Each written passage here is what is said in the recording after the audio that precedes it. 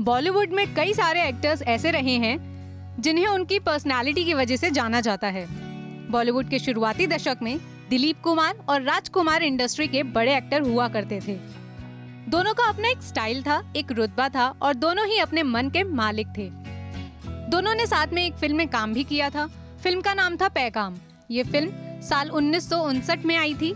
Film में दोनों के अभिनय को पसंद किया गया था, मगर इस फिल्म के दौरान राजकुमार और दिलीप कुमार के बीच मनमुटाव हो गया था।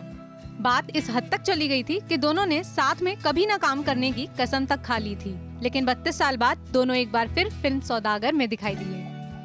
ये कारनामा किया था बॉलीवुड के मशहूर डायरेक्टर सुभाष घई ने। साल 1991 में रिलीज हुई फिल्म सौदागर उस वक्त की जबरदस्त सुपरहिट हुई और फिल्म के बाद में दिलीप कुमार और राजकुमार की काफी अच्छी दोस्ती हो गई थी। लेकिन फिल्म की शूटिंग के दौरान दोनों आपस में बात तक नहीं करते थे।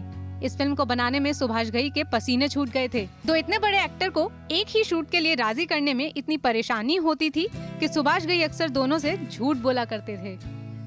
दिलीप कुमार के साथ सुभाष घई पहले भी विधाता और क्रांति जैसी फिल्मों में काम कर चुके थे।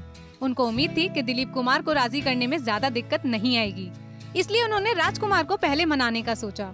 दिलीप कुमार के साथ काम करने के लिए राजकुमार को मनाना सुभाष घई के लिए इतना आसान नहीं था। जब सुभाष घई ने राजकुमार को स्क्रिप्ट सुनाई तो उन्होंने सुभाष घई से पूछा कि मेरे साथ फिल्म में दूसरा हीरो कौन है। तब सुभाष घई ने दबी आवाज में कहा कि दिलीप कुमार हैं। सुभाष घई ने झूठ बोल दिया कि दिलीप कुमार फिल्म करने के लिए राजी हो गए हैं। तब राजकुमार ने कहा था कि जानी, हिंदुस्तान में अपने बाद अगर हम किसी को एक्टर मानते हैं तो दिलीप कुमार को मानते हैं। हमारे सामने जब दिलीप कुमार आएंगे तो जलवा तो आएगा ही। वहीं राजकुमार को साइन करने के बाद सुभाष घई जब दिलीप कुमार के पास पहुंचे तो डर रहे थे कि कहीं इन्हें ये पता न चल गया हो कि मैं पहले राजकुमार से मिलने गया था। एक इंटरव्यू में सुभाष घई ने ही बताया था कि जब मैं दिलीप कुमार से मिला तो उन्होंने मुझसे कहा कि तेरी फिल्म की कहानी तो अच्छी है, लेकिन इसमें दूसरा रोल कौन कर रहा है। तो मैंने कहा राजकुमार। मैंने इतना कहा और अपने ड्राइवर को बोला कि फटाफट गाड़ी भगा ले। उसने भी गाड़ी चलाई, क्योंकि मुझे पहले ही कई लोगों ने डरा दिया था कि दिलीप कुमार राजकुमार के साथ काम नहीं करेंगे। खैर, फिर फिल्म तो बनी, लेकिन मुझे इसमें सबसे ज्यादा परेशानी हुई दोनों को अलग अलग चीजें समझाने में। फिल्म के सेट पर भी दोनों दिग्गज एक्टरों की ईगो टकराने लगती थी। एक बार जब राजकुमार फिल्म के सेट पर पहुंचे तो उन्हें इस बात का एहसास हुआ कि दिलीप कुमार का किरदार यूपी के ग्रामीण भाषा बोलता है। इस बात से राजकुमार गुस्सा हो गए, क्योंकि उन्हें नॉर्मल हिंदी बोलनी थी। उन्होंने कहा कि दिलीप कुमार दूसरी टोन में कैसे बोल सकते हैं। सुभाष घई को राजकुमार को मनाने में 2 घंटे लग गए। सुभाष घई ने राजकुमार से कहा कि फिल्म में आपका कैरेक्टर अमीर है और दिलीप कुमार का गरीब है। आप देहाती भाषा बोलते अच्छे नहीं लगेंगे। सुभाष घई की ये बात सुनकर राजकुमार का गुस्सा शांत हुआ। एक इंटरव्यू में सुभाष घई ने कहा था कि राजकुमार और दिलीप कुमार ने मुझे एक चीज जरूर सिखाई कि एक्टर को कैसे काबू करना है। दोनों में बहुत ईगो थी। मैंने दोनों के साथ एक ट्रिक सीखी कि आपको सभी स्टार्स को बच्चों की तरह ट्रीट करना चाहिए। बच्चों की तरह सभी स्टार्स के नखरे होते हैं, आपको माँ की तरह उन्हें संभालना चाहिए। मैंने दिलीप कुमार से कहा था कि राजकुमार आपके फैन हैं और राजकुमार से कहा था कि दिलीप कुमार आपके फैन हैं, और इस तरह से दोनों को साथ लेकर फिल्म कंप्लीट की थी। शुरुआत में तो दोनों एक्टर के बीच बराबर तनातनी रहती थी।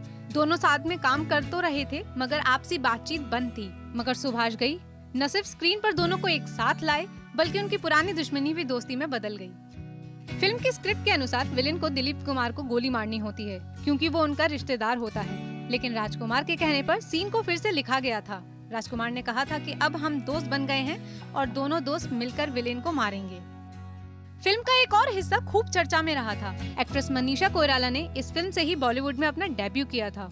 फिल्म की शूटिंग के दौरान यूनिट के एक मेंबर ने मनीषा के साथ बदतमीजी कर दी थी। मनीषा के दादा बीपी कोइराला उस वक्त नेपाल के प्रधानमंत्री थे। जब मनीषा ने सेट पर अपने साथ हुए बर्ताव के बारे में मां को बताया तो मां ने ये बात मनीषा के पिता प्रकाश कोइराला को बता दी। जैसे ही प्रकाश को इस बारे में पता लगा तो उन्होंने दिल्ली फोन लगा दिया। उस समय एक वरिष्ठ नेता तक ये बात पहुंच गई। इतना ही नहीं, उन्होंने तुरंत प्रधानमंत्री विश्वनाथ प्रताप सिंह को फोन कर दिया और सारी बात बताई। ये सिलसिला यहीं नहीं खत्म हुआ। प्रधानमंत्री ने राज बब्बर को फोन किया। राज बब्बर तुरंत महाराष्ट्र के मुख्यमंत्री के पास पहुंचे। इसके बाद कई छोटे बड़े नेता कुल्लू मनाली पहुंच गए। इस घटना के बाद मनीषा के साथ बुरा बर्ताव करने की किसी में हिम्मत नहीं हुई। आपको हमारा ये वीडियो कैसा लगा और आप कौन से टॉपिक पर वीडियो देखना चाहते हैं, हमें कमेंट करके जरूर बताएं। इसके साथ ही हमारे चैनल को सब्सक्राइब करना न भूलें।